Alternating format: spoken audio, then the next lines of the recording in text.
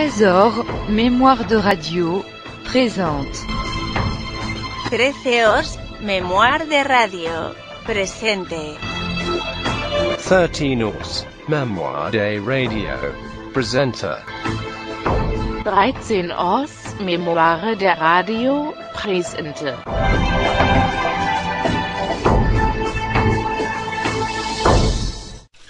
Et dis-moi, est-ce que c'est normal que l'on passe par-dessus bord? D'ailleurs, est-ce que tu vas continuer encore longtemps de poser des questions idiotes? Qu'est-ce que tu disais?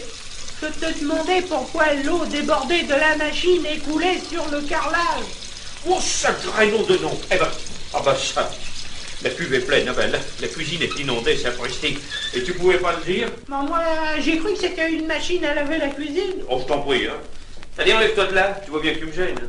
Oui, en somme, c'est toi qui éponge et c'est moi qui écope, quoi. C'est drôle. Mais lâche-toi, je t'en prie, pas tant d'astuces. C'est tout de même gentil d'avoir pensé à soulager maman de sa lessive en lui achetant cette machine. Oui, d'abord, ça la soulagera, et puis la machine à laver, surtout, tu comprends, c'est économique. Ouais, bien sûr. Mais dis donc, t'as vu, il y a encore de la flotte près du placard, là, hein? Mais tant pis, ça fait rien, ça ira comme ça. Bon, alors maintenant, je mets mon savon en copeaux, voilà, et je mets mon linge. Tes belles chemises en soie? Ah ben moi, t'as pas peur, toi? Et non, j'ai pas peur. Bon, allons-y. Alors, je mets en route comme ceci, en tournant le bouton vers la gauche. Attends, attends un peu, non, c'est à gauche ou à droite? Non, c'est à droite, oui, c'est à droite, c'est bien ça, allons-y. Voilà, eh ben ça marche, j'ai plus qu'à attendre quelques minutes. T'es formidable. Et dis-moi alors, qu'est-ce qui se passe exactement? Eh ben c'est simple, tu comprends, il y a là-dedans deux brasseurs qui brassent le linge dans l'eau savonneuse. C'est marrant, on dirait qu'on entend des bulles de savon qui se coincent. Hein? Et dis-moi, papa, ces deux rouleaux en caoutchouc, là, c'est pour quoi faire? Et si, et ça, et pourquoi si, et pourquoi ça? Oh, mais est-ce que tu peux être pénible, mon pauvre ami? Ce sont les rouleaux de l'essoreuse. Ils sont actionnés électriquement. Ça sert à exprimer l'eau qui se trouve dans le linge lavé. Bon, eh bien, j'arrête ma machine. Tu vas voir la blancheur de ce linge. J'enlève mon couvercle.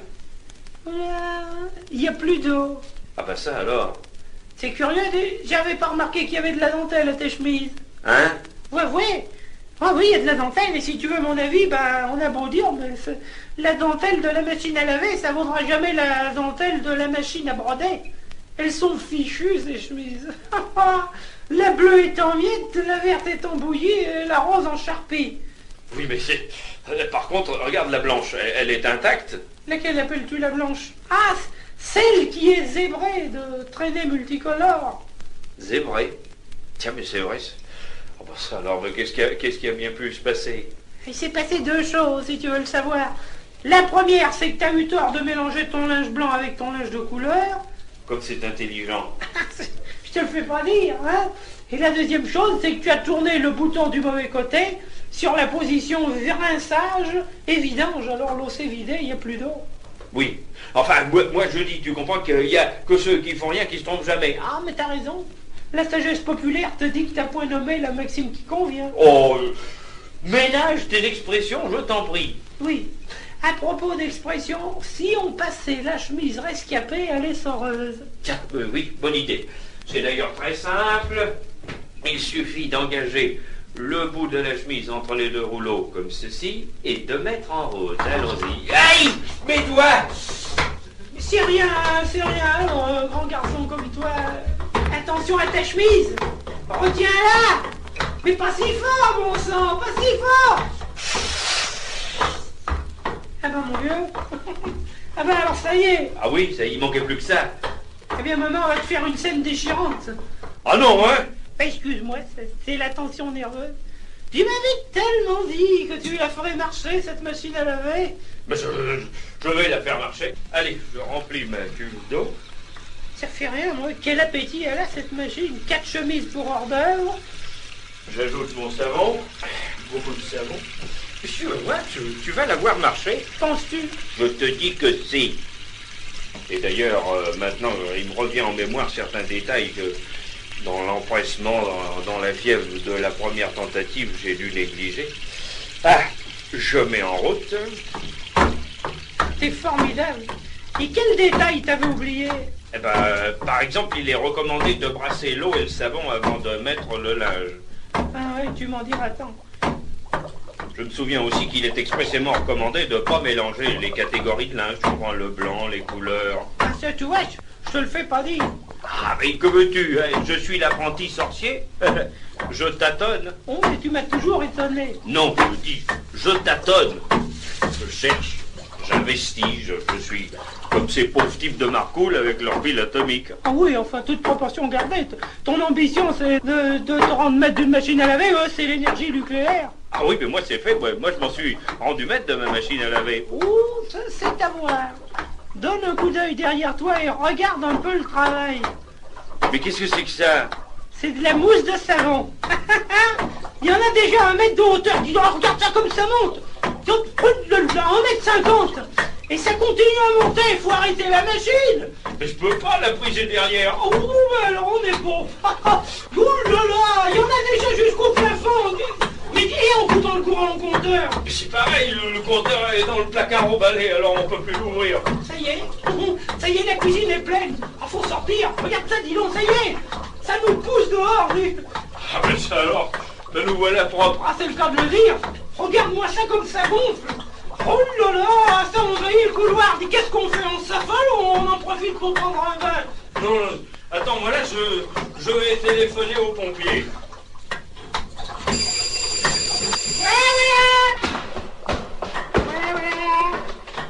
Tiens, bonjour, monsieur Fournier.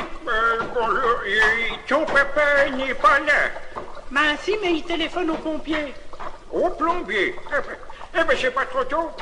Écoute, il y a une fuite dans votre cuisine, mon plafond est inondé. Tout est esquinté. Il va falloir qu'il fasse réparer ça. Et il va savoir ce que ça va lui coûter. Ben alors elle est bien bonne. Comment? Alors, je viens passer un savon à ton père et ça te fait rire. Un savon. Vous le faites exprès, hein? Allez, dites-moi que vous le faites exprès. Oh, qu'il est amusant. Eh bien, on peut dire que vous faites pas de mousse ici, vous autres. Ah, on se fait pas de mousse, nous. Mais qu'est-ce qu'il vous faut? Mais regardez le vestibule. Oh, qu'est-ce que c'est? De la barbe à papa? Oh, allons, toujours vorace, alors, hein? Et non, c'est un appareil économique, c'est une machine à laver. Une fois que vous avez sacrifié 4 chemises, 2 ou 3 kilos de savon, un appartement, un plafond, une compagnie de pompiers en entier, à partir de ce moment-là, c'est tout bénéfice, comprenez-vous? C'est tout bénéfice. Eh bien, Constantine, je suis ravi que ce soir vous puissiez m'entendre, car vous avez, mon cher, bouleversé ma vie. Franchement, vous allez comprendre. Si je suis hors de moi ce soir, je vous l'avoue, si mes paroles sont amères, c'est parce que ma belle-mère est devenue amoureuse de vous. C'est une dame âgée, charmante, respectable, le type parfait de la belle maman qu'on installe au bout de la table et qui mange assez proprement. Elle est aimable, un peu futile, mais pas tout à fait inutile. Vous savez ce que c'est, une belle maman? Ça ne travaille pas, bien sûr, énormément, mais ça répond au téléphone, ça mouche le petit garçon, ça vous reprise un vieux caleçon, ça... Enfin quoi, c'est mieux que personne. Entre elle et moi, il n'y avait jamais rien. Autant que peuvent bien s'entendre une belle-mère et son gendre, vraiment, tout se passait très bien. Elle disait partout, mon gendre est magnifique. Elle était au-dessous de la vérité. Ajoutant, si l'on me montrait dans les journaux, qu'elle n'avait pas vu un aussi bon physique depuis Rudolph Valentino. Elle me plaçait en tête de liste et prétendait, non sans émoi, qu'elle n'avait connu que 3 artistes, Albert Lambert, Mayol et moi. Profondément touché en voyant son désir de toujours me faire plaisir, je savais moi aussi la rendre assez sereine en lui disant parfois « Maman, je vous assure que vous avez les yeux de Sophia Loren. » Les yeux uniquement. Bien sûr. De profil et de dos, il ne peut plus s'agir que d'une évocation de Jeanne Fusier-Gilles. Mais enfin bref, là, Je m'égare. Je voulais signaler, ce qui n'a pas duré, que j'étais jusqu'ici un gendre, chose rare, par sa belle maman fort bien considérée. Il en fut ainsi jusqu'à la minute où le visage conquérant, pour la première fois un soir sur nos écrans, Constantine, vous apparut. Ce fut un choc brutal pour ma belle maman. Ne croyez pas que je vous gâte en disant qu'instantanément, d'un seul coup, vous la subjugâtes. On parle d'une belle langue tout de même. Quand il comprend pas, il se tire, lui.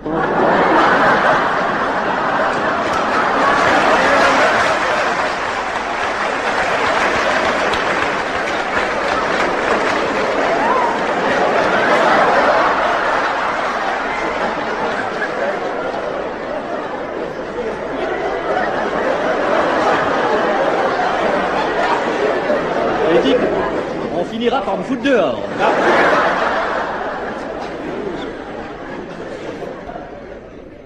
Elle, autrefois si délicate, légèrement collet-montée, vivant d'un petit four et d'une tasse de thé. Remarquez, je dis ça pour la rime, parce qu'elle dévore. Hein.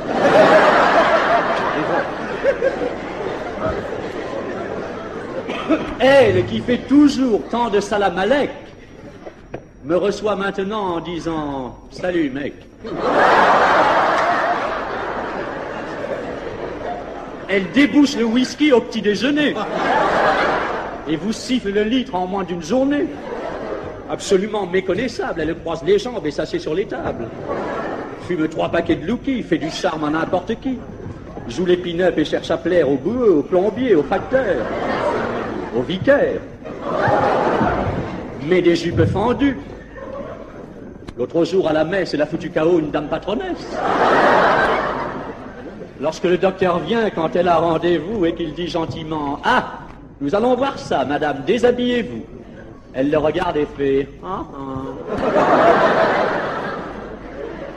Voilà, monsieur, où nous en sommes. Quand elle vous voit, elle dit parfois « Ah, celui-là au moins, c'est un homme ». Ben et moi alors?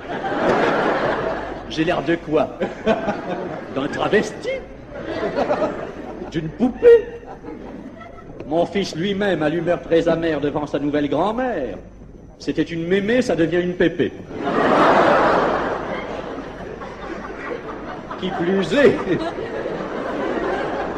Oh ben vous n'êtes pas visé, vous là. Qui plus est, si ça peut vous causer du plaisir et enlever vos derniers doutes, mon cher Constantine, j'ajoute qu'elle a du souci pour votre avenir. Car en voyant Tania, souvent elle me dit, mon Dieu, que va-t-il devenir quand la petite aura grandi? Enfin, je vous en veux, car votre plus grand crime, c'est que vous m'avez fait baisser dans son estime. Elle le dit quelquefois avec acidité, mon gendre ne sait pas chanter. Bon. Je lui dis que chanter n'est pas en mon pouvoir et qu'on ne peut pas tout avoir, qu'il est très rare de posséder à la fois le sens de l'humour et la voix. Je le lui redis tous les jours, nous en sommes tous deux la preuve irréfutable. Si j'avais de la voix, vous auriez de l'humour. Autant de choses impensables. Or, vous lui faites un tel effet que rien n'y fait. Enfin, je vois que le temps passe et que je dois céder la place. Qui plus est, j'ai tout dit et j'en suis très heureux. Gendre, méfiez-vous, cet homme est dangereux. Ayez pitié de moi, car là, devant son poste, je devine qu'en ce moment, mon auguste belle-maman prépare sa riposte. Et vous voyez, je vous parie qu'il va y avoir du tirage. En ce moment, ce n'est pas la môme vert de gris, c'est sûrement la môme vert de rage. Me pardonnera-t-elle, hélas, tant d'insolence? Pensez à moi, Eddie, car j'ai comme une idée, bien que vous ayez dit, les femmes s'en balancent, que quand je vais rentrer ce soir, ça va baver.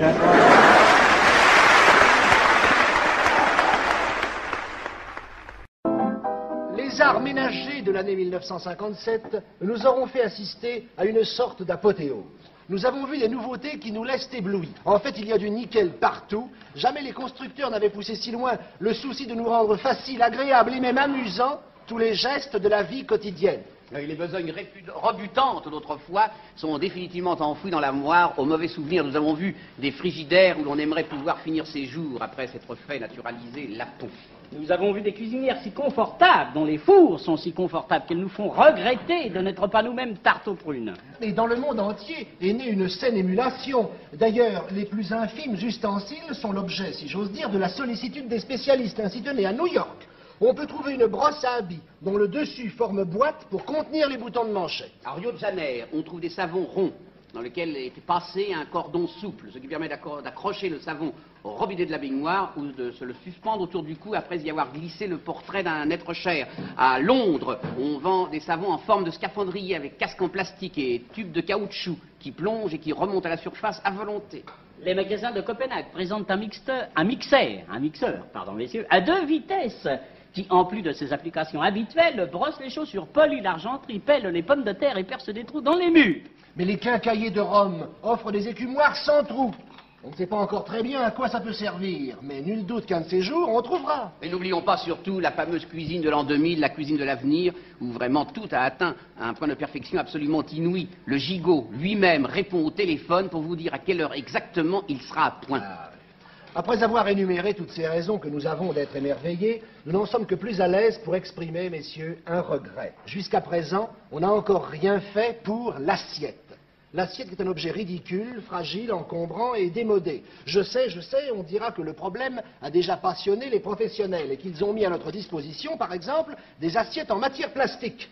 Ah, bien sûr, elles sont incassables, mais il faut tout de même les laver. Les spécialistes ont mis aussi à notre disposition l'assiette en carton qui est si pratique pour les campeurs. En ce sens qu'on peut l'abandonner après l'usage, n'est-ce pas? Mais elle laisse des pique-niques passés un souvenir assez écœurant. On pourrait sans doute remettre à l'honneur l'écuelle du Moyen-Âge, taillée à même dans le bois de la table. Oui, mais il faudrait laver, vous comprenez? Mais enfin, à quoi bon revenir en arrière? Non, la solution était ailleurs. La solution était ailleurs, et elle a été trouvée par quelqu'un bien connu dans d'autres spécialités, par Madame Louise de Villemorin. Oui, Madame Louise de Villemorin a trouvé une solution. Et ce sont les prototypes de ces nouvelles assiettes que nous allons vous présenter aujourd'hui en avant-première à la boîte à sel. Vous voyez en ce moment un couple de Français moyens. Parvenu au terme de son repas, ce couple est en train d'ingurgiter une modeste compote. Pour notre démonstration, bien sûr, nous aurions aimé utiliser un dessert plus fastueux. Mais les temps sont difficiles et les économies préconisées par M. Ramadier nous obligent à lésiner quelque peu sur l'accessoire. De toute façon, la question n'est pas là. Nous vous prions maintenant d'ouvrir tout grand vos yeux, car nous arrivons au point culminant de notre démonstration. L'assiette de Madame de Villemorin ne laisse aucune trace. Elle ne demande pas à être lavée, elle est comestible. Dès que vous avez fini de dîner, vous mangez votre assiette. Elle est en gaufrette, à la vanille pour les petites filles, au chocolat pour les papas. Ainsi que l'indique Madame de Villemorin, si vous n'avez plus faim, vous la donnez aux chiens. Et si vous n'avez pas de chien, vous l'émiettez pour nourrir les oiseaux. Les personnes charitables pourront aussi faire manger leurs assiettes sales par des pauvres. L'assiette Villemorin est légère à l'estomac et n'empêche pas de goûter aux autres mets du menu.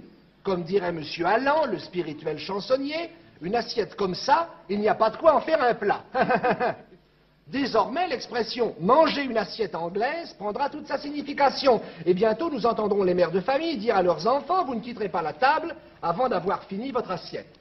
Rien n'empêche, bien sûr, d'étendre les bienfaits de cette heureuse innovation au couvert lui-même. Bientôt, on pourra manger aussi sa cuillère. Voyez-vous? On pourra manger sa cuillère car elle est en biscuit. En biscuit à la cuillère, forcément. Nous avons pensé aussi aux gros mangeurs, à ceux qui ont tant de mal à se mettre au régime. Eh bien, ceux-là mangeront leur couteau. Voilà, ils auront ainsi l'appétit définitivement coupé. L'assiette comestible est donc la précieuse auxiliaire des médecins, l'ami des familles et des sportifs. Elle simplifie la vie. Eh bien, l'assiette qui se mange ne peut manquer d'entrer bientôt dans les mœurs et d'entrer aussi dans nos maisons. On n'arrête pas le progrès. Aussi, dès aujourd'hui, faites comme nous. Débarrassez vos intérieurs, vos vaisseliers, vos armoires de ces objets encombrants, fragiles et démodés. Faites place nette. Libérez votre maison. Voyez, vous n'avez qu'à prendre vos assiettes, qu'à les jeter en l'air. Voyez.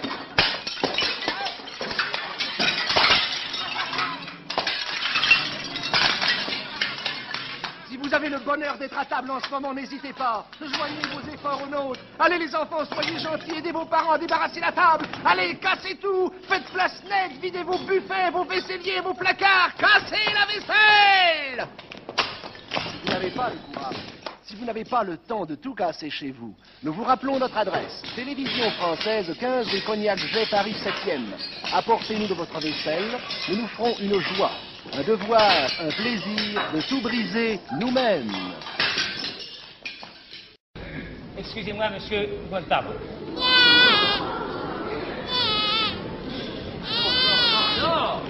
Non, je veux pas. Hein? Non, vous n'avez pas. Alors, allez. Hein? Attention.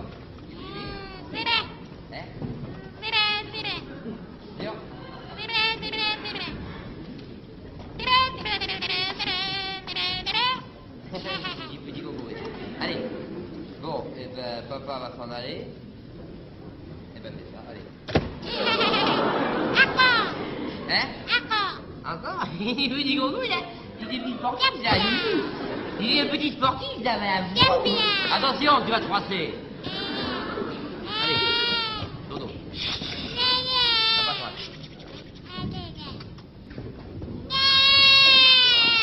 Chaque fois, c'est pareil. Chaque fois. Ça fait 3 jours.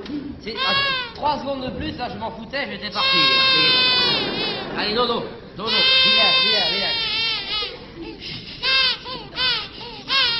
Ah bah c'est joli. D'abord, les petits bébés, c'est pas fait pour pleurer, les petits bébés. Ah oui?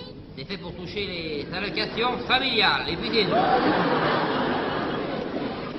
Tu grandiras jamais si tu fais pas dodo. Tu grandiras jamais, hein. Ça, tu grandiras jamais. Si petit, si gentil. Tu grandiras jamais, tu sais, si tu fais pas dodo, tu grandiras jamais. Et tu grandiras n'importe comment, hein. Ça, tu grandiras n'importe comment. Un jour, tu auras 18 mois, 18 mois. L'âge de ta première barboteuse. On va te l'acheter un peu vaste, cette barboteuse. Hein. Ça, il faut qu'elle te fasse de l'usage. Hein. Et après, tu grandiras. Un jour, tu auras 2 ans, 3 ans, 5 ans. Tu seras déjà moins ridicule dans ta barboteuse. Et puis tu grandiras. Un jour, tu auras 8 ans, 9 ans, 15 ans. 15 ans, l'âge où l'essence s'éveille. Pas besoin de super. Quand tu auras 15 ans et que tu iras de l'Étoile à la République, écoute-moi bien, tu passes par la Concorde, eh bien évite-moi la Madeleine. Tu comprends? Tu fais l'Étoile, tu fais l'Étoile de la Concorde, et là, à droitement d'ailleurs, tu prends la rue Richeport, tu prends rue du 4 septembre, et puis tu donnes à la République. Non, tu comprends pas. Quand tu arrives à la Concorde, tu comprends? Tu me prends à la rue Richeport, voilà, c'est ça, voilà, tu tournes là. Pour ça, il faut faire dodo. Puis tu grandiras, ça va vite, tu sais, tu grandiras, et un jour, tu auras 21 ans, tu serviras sous la l'abbé militaire à 21 ans, dis. Ce qui te permettra d'envoyer ta barboteuse chez le détacheur. Et après tu grandiras, ça va vite, un jour tu auras 30 ans, 32 ans, tu te marieras à 32 ans. Tu épouseras une femme charmante, comme ta maman. Et puis, oui je sais, on peut trouver mieux, mais enfin ça c'est pas... Puis tu grandiras, et un jour tu auras 73 ans. Tu délaisseras les sports violents comme le catch, la boxe, le rugby à 15. Pour d'autres jeux de ton âge, comme les échecs, le rugby à 13. Puis tu grandiras, et un jour tu auras 94 ans. Des femmes, tu seras lassé. Comme tu t'es lassé des chaussures. Comme tu t'es lassé des chaussures, hein? Il le connaît déjà.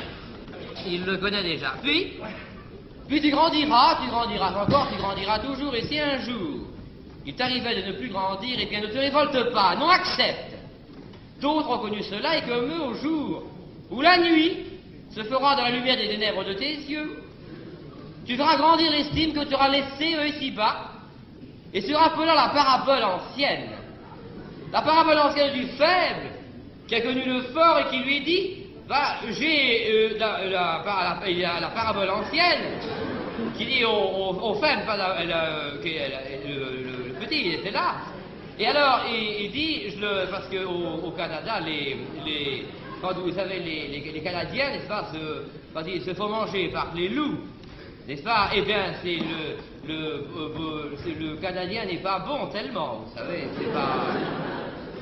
c'est pas tellement bon, le Canadien, à cause pauvre loup, n'est-ce pas, pauvre loup, hein, ça n'a aucun rapport. Alors, moi, je te dis ça, mais je te dis ça pour ton bien, tout petit. Alors, il disait sur la parabole ancienne, le petit dit, le grand, combien vendez-vous? Alors, la parabole, il dit, le grand, n'est-ce pas? Non, écoute bien, ne mêle pas tout, parce qu'autrement, alors ça va pas être... Alors, il dit, j'ai une biche, je vous la vends, ma biche. Il dit, vous la vendez? Il dit, combien la vendez-vous? Ben, il dit, je vous la vends 128 000 francs. Bon, ben, il dit, 128 000 francs, vous pouvez vous la foutre, et ça, ah ben, j'ai pas de place, il dit, j'ai pas de place. Eh ben, allez, non. Eh ben,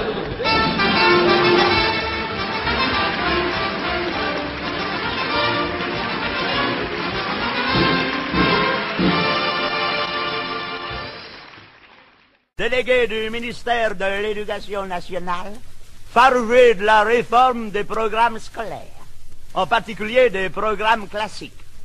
Est-ce que vous connaissez Shakespeare? Oh là, ça date. Mais pas excitant pour dessous, ça. Ce monsieur Hamlet, avec ses hésitations perpétuelles. Famlet, qu'on aurait dû l'appeler d'ailleurs. Savait jamais s'il devait boire du lait ou n'en pas boire. Lait ou pas lait. That is question, comme il disait. Ridicule, oh. Et monsieur Ruy Blas, avec sa tirade contre les galopins qui se payaient sa tête, ou plutôt sa tirelire, l'aurait dû leur y dire « Bon appétit aux ministres intègres, conseillers vertueux au visage funèbre, cessez de vous engraisser en ce honteux trafic, laissez là mes finances et puis hop, buvez du Nesquik. » À la réflexion d'ailleurs, c'était pas possible. À l'époque, Nesquik n'était pas encore inventé. Triste époque, oh. Impossible d'en boire. Manque de bol, comme qu'ils disent à Champignol. Ce qu'il faut, c'est dès maintenant l'apprendre dans les écoles et transformer les chansons de notre jeunesse, comme le fait par exemple Mademoiselle Dalida.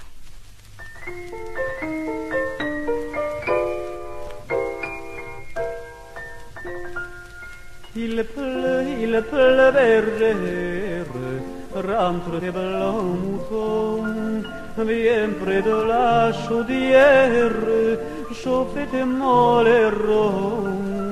Ne sois pas en colère, s'il neige à gros flocons, et regarde-moi faire, si tu as des frissons. Il suffit d'une cuillère pour cette préparation, d'un peu de lait dans un verre, chaud ou froid, tout est bon. 5 secondes pour le faire, quelle belle invention. Nesquik pour les bergères, mais pas pour les moutons. Même pour ceux qui sont plus grands, ceux qui vont au cinéma ou qui prennent un taxi pour Tobruk, ben ils peuvent écouter les conseils que leur y donne Charles Aznavour. Depuis que je parcours le monde, de l'Australie au Luxembourg, je m'affaiblis chaque seconde, j'ai moins de voix de jour en jour. Quand on se reverra, tu me soutiendras et réconforteras mon cœur grâce à ce mélange plus léger que le cacao qu'on boit froid ou chaud et à n'importe quelle heure. Le Nesquik, mon ange.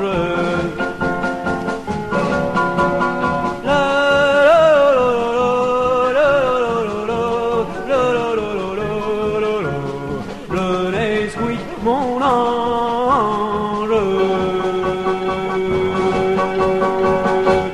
Tu l'as dit, mon ange. Et maintenant, en avant. Assez souvent, on m'a demandé mon avis pour savoir à quel âge de leur terrible vie je trouve que les hommes sont les plus séduisants. Et j'ai toujours répondu, mais vers les 50 ans. Tout homme est un démon que sont des vergondages. Je fus un jour éjecté, certes, du paradis, mais de tous ces démons, de tout temps, de tous âges, mon démon préféré, c'est le démon de midi. Je ne veux pas par là nier que le jeune homme possède la fraîcheur, le goût du jus de pomme. Mais petit à petit, en prenant des années, ce jus devient alcool que l'on a raffiné. Et c'est vers 50 ans que l'alcool en question se trouve être fin prêt à la consommation. À ce moment précis, il a cette saveur, ce goût du vieux tonneau qui plaît aux connaisseurs.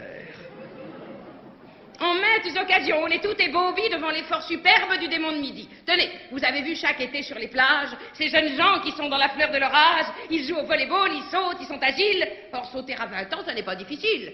Mais voilà tout à coup que le père de l'un d'eux, un homme de 50 ans, veut entrer dans le jeu. Ce démon de midi, lui, il est formidable. Il démontre au blanc-bec ce dont il est capable. À l'avant, à l'arrière, il donne de la voix. Quand le ballon surgit, il crie « Laissez-le-moi » On le sent contracté, mais ça c'est parce qu'il rentre ce qui dépasse de son estomac ou de son ventre. À cet âge, le champion fait souvent double effort, le ventre il se le rentre, et le ballon il sort. Il donne aux spectateurs, en montant au filet, l'image du taureau qui ne veut pas dételer. Bien sûr, ça ne dure pas, très vite il se relâche. Les muscles du taureau lui font un tour de vache. Son jeu devient poussif et son souffle oppressé. Quelqu'un crie « Viens papa », il est midi passé. Mais cette défaillance n'est pas assez sévère. Faut forcer le démon de midi à se taire. En d'autres occasions, il va se déchaîner. S'il invite, par exemple, une dame à déjeuner. Car lorsqu'il a 20 ans, l'homme est de ces ringards qui vous emmènent bouffer en vitesse au snack bar. Quand vous mourrez de faim, en être malade, sans même vous consulter, il commande une grillade. Mais l'homme de 50 ans, quand il habite la France, ça, il vous vole jamais sur la question bouffetance.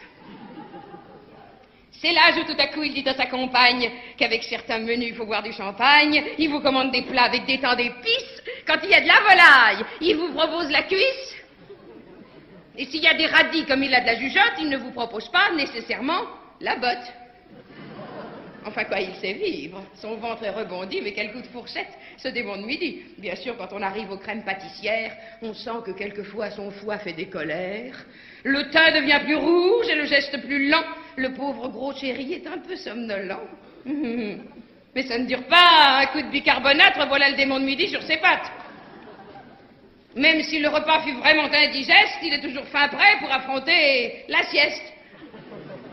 Et la sieste, c'est bien le genre d'occasion où la différence d'âge entre en compétition. Moi, vous savez, je suis un monceau d'innocence, mais quelques oreillers m'ont fait des confidences. Et d'après ce qu'ils disent, il paraît qu'à 20 ans, l'homme se croit toujours aux 24 heures du Mans. Il est fou de vitesse et de toute évidence, il veut surtout gagner l'indice de performance. Mais l'homme de 50 ans apprécie la nature. Il prend son temps, même pour retirer ses chaussures. Retirer ses chaussures, c'est d'ailleurs quelquefois, pour un homme de son âge, les coulisses de l'exploit.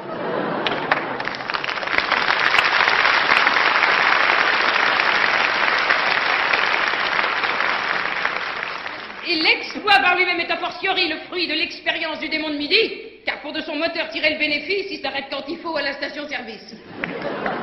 Femmes qui m'écoutez, soyez donc raisonnables. Si vous avez en main ce modèle admirable, l'homme d'un certain âge, superbe dans l'effort, ménagez-le surtout, sinon vous auriez tort. Ne l'accablez jamais de passion trop avide, tant va la cruche à l'eau qu'à la fin elle se vide. Souvenez-vous toujours que lorsque midi sonne, il est midi passé et il n'y a peut-être plus personne. Sitôt qu'un homme est mûr, entourez-le d'égards, car le meilleur démon, c'est à midi moins le quart.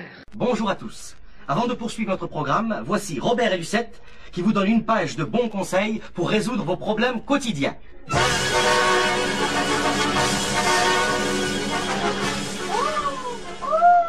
le linge de Madame Valois est blanc, à côté de celui de Madame de Briancourt, il y a un mystère? Lequel? Il n'y a pas de mystère, Madame Valois fait comme sa grand-mère. Au lieu de courir à droite et à gauche et dire du mal de Pierrette et de Paulette, Madame Valois, elle frotte et refrotte, et elle reste et elle re-reste, à l'huile de coude. La seule huile qui n'a pas de matière grasse. Voilà. Celles qui veulent avoir du beau linge comme Madame Valois, elles ont qu'à en faire autant au lieu de se pomponner toute la journée. C'est tout. Mesdames, soyez toujours fidèles à vous-même. Soyez celles qu'on reconnaît. Ne faites pas comme Suzanne, pour l'amour de Dieu. Chaque fois qu'elle revient chez son coiffeur, elle est obligée de montrer sa carte d'identité à son mari. Pour lui prouver qu'elle est bien sa femme. Regardez cette jeune fille dans son coin. Elle est seule. Personne ne l'invite à danser. A-t-elle du chagrin? Pas du tout, au contraire. Elle a réussi à faire le vide autour d'elle. Vous pouvez le sentir, elle n'emploie aucun produit qui dissipe les odeurs de transpiration. Mon ami, elle a la paix toute la soirée, hein, sans personne qui vient lui casser les pieds. Et que vous êtes jolie, qu'est-ce que vous faites demain, ceci et cela. Il faut voir Monsieur Verdier prendre le bus, sauter dans un taxi, courir à ses affaires et toujours frais, dynamique. Quel est le secret de l'extraordinaire santé de Monsieur Verdier? Il se couche très tôt et se lève très tard. Aussi, dans la journée, il est plus reposé que n'importe qui. Et en 3 heures, il travaille comme 4. Et il mange comme 5. Tandis que ceux qui se sont levés tôt en pensant que soi-disant l'avenir leur appartenait, sont fourbus, exténués et se traînent comme des épaves. Coucher tôt, lever très tard, voilà le secret de la santé.